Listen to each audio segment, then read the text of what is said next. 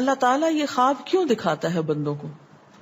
اور یہ ایک ایسا عمل ہے کہ جو انسان جس پہ قابو نہیں پا سکتا، جو انسانی ڈسکوری سے باہر ہے کہ ایسا کیوں ہوا. آپ دیکھیں کہ انسان دو چیزوں کا مجموعہ ہے، ایک اس کا جسم ہے اور ایک اس کی روح ہے. جہاں یہ دونوں آپس میں ایک دوسرے سے موافقت کرتے ہیں، ایک دوسرے کے ساتھ کوآرڈینیٹ کر رہے ہیں، وہاں یہ ایک دوسرے سے کشمکش بھی کرتے ہیں. بعض اوقات جسمانی خواہشات روح پر غالب آ جاتی ہیں، بعض اوقات روحانی کیفیات جسم پر غالب آ جاتی ہیں. عام طور پر دن میں جب ہم دنیا کے کام کر رہے ہوتے ہیں تو ہمارا جسم ایکٹیو ہوتا ہے، اور اس کا نتیجہ کیا ہوتا ہے کہ روح کی جو کار فرمائی ہیں وہ ذرا لو ہو جاتی. رات کو جب ہم سوتے ہیں اور جسم ہمارا بالکل بے حس ہو جاتا ہے تو پھر روح جو ہے وہ ابھر کر آتی ہے، اس کی کار فرمائی بڑھتی ہے، وہ زیادہ ایکٹیو ہو جاتی. پھر آپ کو قرآن کی وہ آیت بھی یاد ہوگی کہ جس میں اللہ تعالیٰ فرماتے ہیں کہ جب انسان سوتا ہے تو ہم اس کی ایک روح لے لیتے ہیں، جس کو زندگی دینی ہوتی ہے وہ واپس لوٹا دیتے ہیں، ورنہ جو دوسری باقی ہوتی وہ بھی لے لیتے ہیں. اب یہ جو روح نکلتی ہے نا ایک ہمارے جسم سے، تو یوں لگتا ہے کہ جیسے وہ مختلف جگہوں پہ وانڈر کرتی ہے، یعنی گھومتی پھرتی، اور بعض اوقات دور دراز پہنچ کے مثلا کسی مردے سے جا ملاقات کرتی. کیونکہ روح تو ایک لطیف چیز ہے نا، جب ماں کے پیٹ میں بچے کے اندر آتی ہے تو کوئی پتہ نہیں چلتا، جب نکل جاتی ہے تو کوئی پتہ نہیں چلتا. اسی طرح روح دیواروں کے پار بھی چلی جاتی ہے. قرآن پاک میں آتا ہے نا کہ اینما تکونوا یدرککم الموت ولو کنتم فی بروج مشیدہ، یعنی اگر بالکل ساؤنڈ پروف اور ہوا پروف جگہ پر بھی کوئی چیز رکھ دی جائے تو کیا ہوگا؟ روح وہاں سے بھی نکل جائے گی. یعنی روح کے لیے یہ مادی چیزیں رکاوٹ نہیں ہے.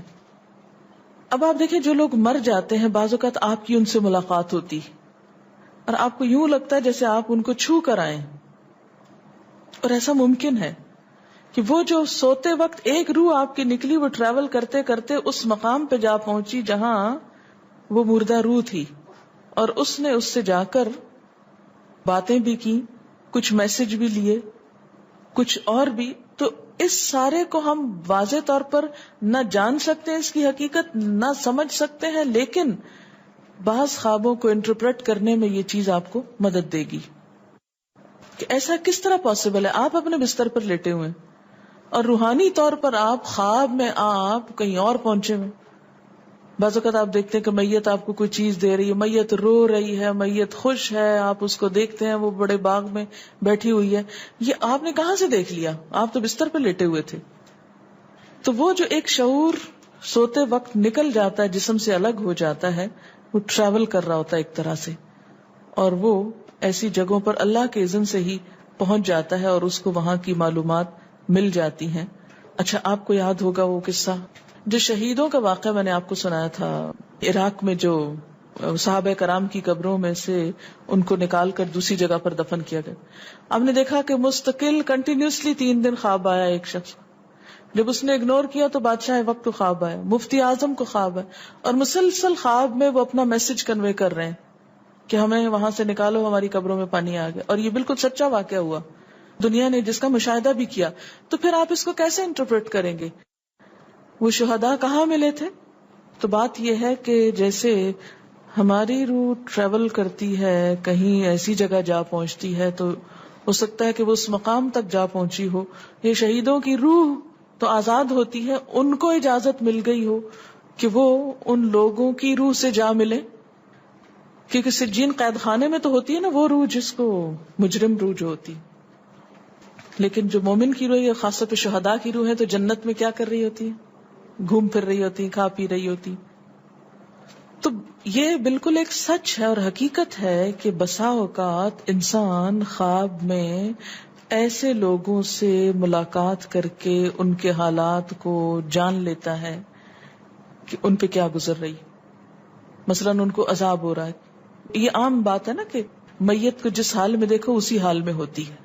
یعنی اگر خواب میں دیکھیں کسی نے اپنے والدین کو دیکھا کہ وہ بہت رو رہے ہیں فوت ہونے کے بعد، تو کیا کرنا چاہیے؟ ان کی طرف سے صدقہ دعا کرنی چاہیے. یہ بھی اللہ کی ایک رحمت ہوتی ہے کہ ان کو موقع دے دیا جاتا ہے کہ وہ اپنا میسج کنوے کر دیں. ایک طرح سے وہ اس کے دل کی بات نہیں ہوتی، الا یہ کہ آپ کسی انسان کے بارے میں بہت برا گمان رکھتے ہیں اور آپ اسے دیکھتے ہیں کہ وہ رو رہا ہے یا کچھ، لیکن کئی اور لوگ دیکھتے ہیں کہ وہ ہنس رہا ہے، کھیل رہا ہے. تو اس کا مطلب یہ ہے کہ پھر آپ ان دو کا کنٹرڈکشن کیسے دور کریں گے؟ تو پھر آپ یہ دیکھیں گے کہ جس نے خواب دیکھا ہے اس کا اپنا نظریہ اس شخص کے بارے میں کیا تھا، کیونکہ اس کی اپنی بدگمانی تو نہیں اندر چھپی ہوئی تھی کہ جو سوتے وقت اوپر ابھر آئی اور اس نے وہ روپ اس طرح کا دکھا دیا. پھر وہ حدیث نفس میں آ جائے گی، دل کی بات میں وہ چیز آ جائے گی. ٹھیک.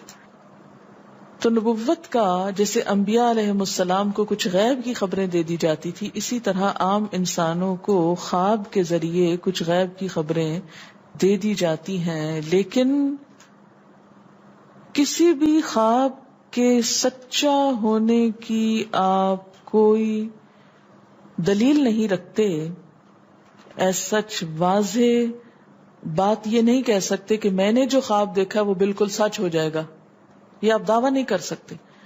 نبوت کا تو دعویٰ کیا جا سکتا ہے، لیکن آپ اپنے خواب کا دعویٰ نہیں کر سکتے کہ میں نے جو دیکھا ہے وہ بالکل سچ دیکھا. ہو سکتا ہے آپ کو شیطان نے ڈرایا ہو سکتا ہے کہ آپ کے اپنے دل کی سوچیں اور خیالات اس میں آ رہے ہوں، اور خصوصاً اس وقت جب دو متضاد آپ کو خبریں ملیں.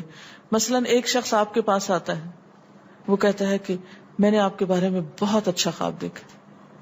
دوسرا آتا ہے کہتا ہے کہ میں نے آپ کو اچھے حال میں نہیں دیکھا. اب یہ فرق کس چیز کا ہو گیا؟ اس کے اپنے گمان کا فرق ہے.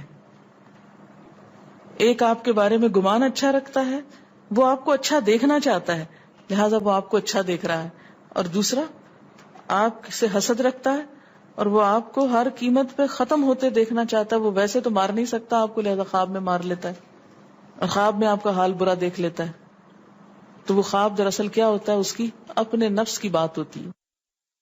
اسی طرح بعض لوگ جو جھوٹ سے بچتے ہیں، دھوکے سے بچتے ہیں، جن کے اندر منافقت نہیں ہوتی، جن کے دل بالکل صاف ہوتے ہیں، ان کو بھی بعض اوقات ایسے خواب آتے ہیں کہ جو بالکل واضح حقیقت ایک طرح سے نظر آ جاتی. لیکن کوئی شخص یہ خود سے دعویٰ نہیں کر سکتا کہ جو میں نے دیکھا ہے وہ میرے دل کی بات نہیں اور وہ بالکل بڑی سچائی ہے، جب تک کہ وہ چیز عملاً سامنے نہ آ جائے.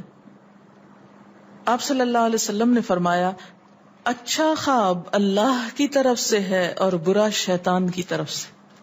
یعنی اگر آپ کسی کو برا دیکھ رہے ہیں یا کسی کی برائی دیکھ رہے ہیں تو وہ دراصل کیا ہے؟